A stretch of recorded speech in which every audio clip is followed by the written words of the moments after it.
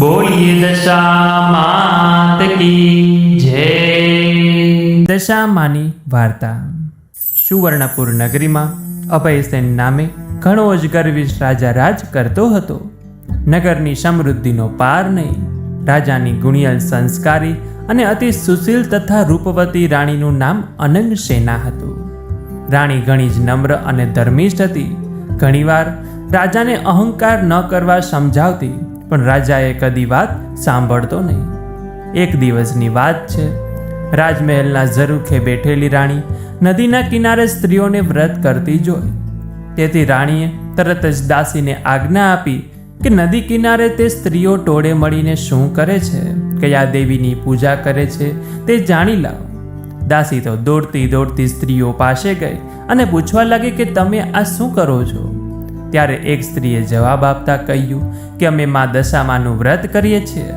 આ વ્રતની વિધિ એવી છે કે સૂતરના 10 તાર લઈ 10 ગાંઠ વાળવાની, ગાંઠે ગાંઠે કંકુના ચાંદલા કરવાના। ત્યારબાદ ક્યારે વ્રત કરવાનું, કેવી રીતે કરવાનું, સર્વે વિગતવાર વ્રતની માહિતી આપી। દાસીએ મહેલમાં આવીને રાણીને બધી વાત કરી। ધાર્મિક સ્વભાવની રાણીને પણ આ વ્રત કરવાની ઈચ્છા થઈ અને મનથી વ્રત કરવાનું નક્કી કર્યું। એણે રાજાને આ વાત જણાવી તો અહંકારી રાજાએ ના પાડી દીધી કે આ વ્રત તો ગરીબ ગુરખા માટે છે, મારે તો ઘણી સાહેબી છે, ધન દોલત, નોકર ચાકર, બાગ બગીચા, રાજપાટ બધું છે, તો પછી આ વ્રત કરવાની જરૂર શું છે? રાજાના આવા અભિમાન ભર્યા વચન સાંભળી રાણીનું તો દિલ દુભાયું। એ જાણતી હતી કે ગમે તેવી સમજાવટ કરવા છતાં અભિમાની રાજા એકનો બે થશે નહીં। રાજાએ અહંકાર, ગર્વ અને અભિમાનમાં ચકચૂર થઈને દશામાના વ્રતનું અપમાન કર્યું। તેથી દશામાના ક્રોધનો પાર રહ્યો નહીં। બીજે જ દિવસે પડોશી રાજા લશ્કર સાથે ચઢી આવ્યો અને આવા અણધાર્યા હુમલાથી રાજા અભયસિંહ ગભરાયો અને જીવ બચાવવા માટે રાણી અને બંને કુંવરોને લઈ જંગલના રસ્તે ભાગી ગયો। રાણી અનંગસેનમાં મનમાં સમજે છે કે પોતાના પતિએ કરેલ દશામાના વ્રતના અપમાનથી આજે આપણી આ દશા થઈ છે। ઘોર જંગલમાં રાજા રાણી ચાલ્યા જાય છે। દુઃખ થાકનો પાર નથી। કુંવરો તરસ્યા છે અને એટલામાં એક વાવ આવે છે। રાજા પાણી લેવા માટે વાવમાં ઉતર્યો તો દશામાએ અદૃશ્ય રહીને બંને કુંવરોને ખેંચી લીધા। કુંવરોને અદૃશ્ય થઈ ગયેલા જોઈ રાજા રાણી વિલાપ કરવા લાગ્યા। રાજા પણ મનમાં સમજી ગયો કે નક્કી આ દશામાનો કોપ છે। એ રાણીએ આશ્વાસન આપતા સમજાવે છે કે જેણે આપ્યા એણે લઈ લીધા છે, હવે એ જ આપણને પાછા આપશે। રુદન કરતી રાણીને સમજાવતો રાજા આગળ ચાલ્યો અને હવે થાકના લીધે બંનેથી ચલાતું પણ નથી। રસ્તામાં એક વાડી આવે છે।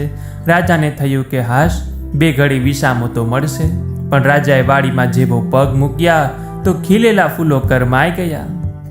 વાડીનો માળી પણ વિચાર કરવા લાગ્યો કે નક્કી આ માણસ પાપી પગલાનો છે। તેથી માળી લાકડી લઈને રાજા રાણીને મારવા દોડ્યો। રાજા રાણી ત્યાંથી માંડ માંડ બચીને ભાગ્યા અને જીવતી હતાશ થઈ ભિખારી જેવી હાલતમાં બંને એક નગરમાં આવ્યા। એ નગર રાજાની બહેનનું હતું। રાજાને આશા હતી કે બહેન જરૂર આશરો આપશે। એણે પાદરેથી પોતાની બહેનને સંદેશો મોકલ્યો કે તેનો ભાઈ આવ્યો છે।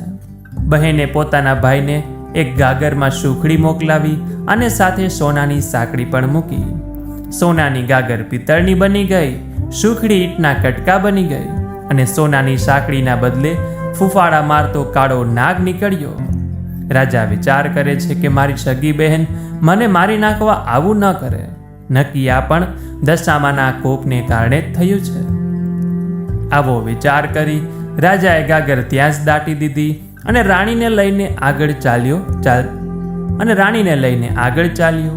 ચાલતા ચાલતા એક નદી આવી। નદીના કાંઠે ચીબડાની વાડી છે। રાજા બે હાથ જોડીને વાડાના માલિકને કરગરવા લાગ્યો કે ભાઈ, 7 દિવસના ભૂખ્યા છીએ, દયા કરીને એક ચીબડું આપ। ખેડૂતે દયા કરીને એક ચીબડું આપ્યું। રાજાએ નક્કી કર્યું કે આગળ જઈને થોડો વિશ્રામ કર્યા પછી ચીબડું ખાશું અને ભૂખ મટાડશું। પૂર્વે બન્યું એવું કે ગામના રાજાનો કુંવર 2 દિવસ પહેલા રિસાઈને ભાગી ગયો હતો અને તેનો એક સિપાઈ કુંવરની શોધમાં નીકળ્યો હતો।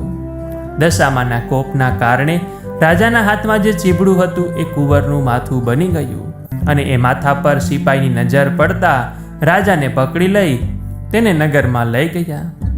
નગરના રાજાને બધી વાત કરી અને રાજાએ પોતાના કુંવરની હત્યા કરવા બદલ અભયસેનને કાળકોટડીમાં હુકમ કરી બંદીખાનામાં નાખી દીધો.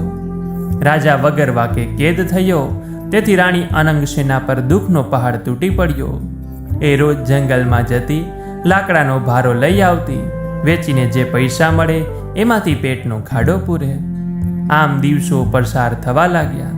અષાઢ મહિનાની અમાસ આવી એટલે તે અમાસના દિવસે રાણીએ દશામાના વ્રત શરૂ કર્યા. દશામા વ્રતના 10 દિવસ નકરડા ઉપવાસ કરી માની ભક્તિ કરી. રાણી અનંગસેનાની અપાર ભક્તિ જોઈ દશામાનો કોપ શમી ગયો. માએ રાણીને આશીર્વાદ આપતા કહ્યું કે કાલે તને તારો પતિ પાછો મળશે. અને એ જ રાત્રે દશામાએ નગરના રાજાને સ્વપ્નમાં જઈ આદેશ આપ્યો કે તે નિર્દોષ માણસને કેદમાં પૂર્યો છે. તારો કુંવર તો તેના મોસાળમાં લીલા લેર કરે છે અને કાલ સવારે પાછો આવી જશે. સવાર પડતા જ દશામાની કૃપાથી કુંવર પાછો આવ્યો અને રાજાએ જાતે જઈને અભયસેનને બંદીખાનામાંથી મુક્ત કરી ક્ષમા માગી. એટલું જ નહીં પણ ખૂબ ધન પણ આપ્યું. રાજા રાણી સુવર્ણપુર આવવા નીકળ્યા. રસ્તામાં બહેનનું નગર આવ્યું. રાજાને પેલી ગાગર સોનાની બની ગઈ હતી. ગાગરમાં સોનાની સાંકળ અને સુખડી હતી અને એટલામાં બહેન પણ આવી આગ્રહ કરીને ભાઈ ભાભીને ઘેર લઈ ગઈ. 2 દિવસ રોકાઈને રાજા રાણી આગળ ચાલ્યા. રસ્તામાં ફરી તે વાવ આવી. જોયું તો વાવના કાંઠે દશામાં વૃદ્ધ ડોશીનું રૂપ ધારણ કરીને બેઠા છે. બંને કુંવરો પણ ત્યાં બેઠા છે અને રાજા રાણી તરત જ માતાજીને ઓળખી ગયા અને લાકડીની જેમ માના પગમાં પડ્યા. દશામાએ તેના અસલ સ્વરૂપમાં આવી દર્શન આપતા કહ્યું કે રાજા, તે અભિમાન આણીને મારા વ્રતનું અપમાન કર્યું હતું, તેથી તારા પર હું કોપાયમાન થઈ હતી. પણ હવે તારો ગર્વ ગળી ગયો છે.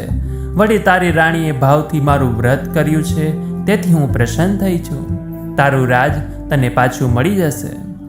માં કરતો રાજા અભયસેન દશામાના પગમાં આડોટી બોલ્યો કે માં, હે દયાળી, કળિયુગમાં તમારી કસોટીમાંથી કોઈ પાર ઉતરી શકશે નહીં, માટે આવો કોપ કદી કરશો નહીં. દશામાં મીઠા સ્વરમાં બોલ્યા કે તારી વાત કબૂલ કરું છું. કળિયુગમાં જે કોઈ મારી કથા સાંભળશે કે સંભળાવશે તેની દશા સદાય સારી રહેશે. અને આમ કહી દશામાં દ્રશ્ય થઈ ગયા. રાજા રાણી બંને કુંવરો સાથે પોતાના રાજ્યમાં આવ્યા અને અભયસેનના સેનાપતિ પડોશી રાજાને હરાવીને રાજ પાછું મેળવ્યું. અને રાજા રાણી ફરીથી આનંદપૂર્વક દિવસો પસાર કરવા લાગ્યા. અને હવે તો રાજા અને રાણી બંને આ દશામાનું વ્રત કરે છે, દશામાની સેવા પૂજા કરે છે.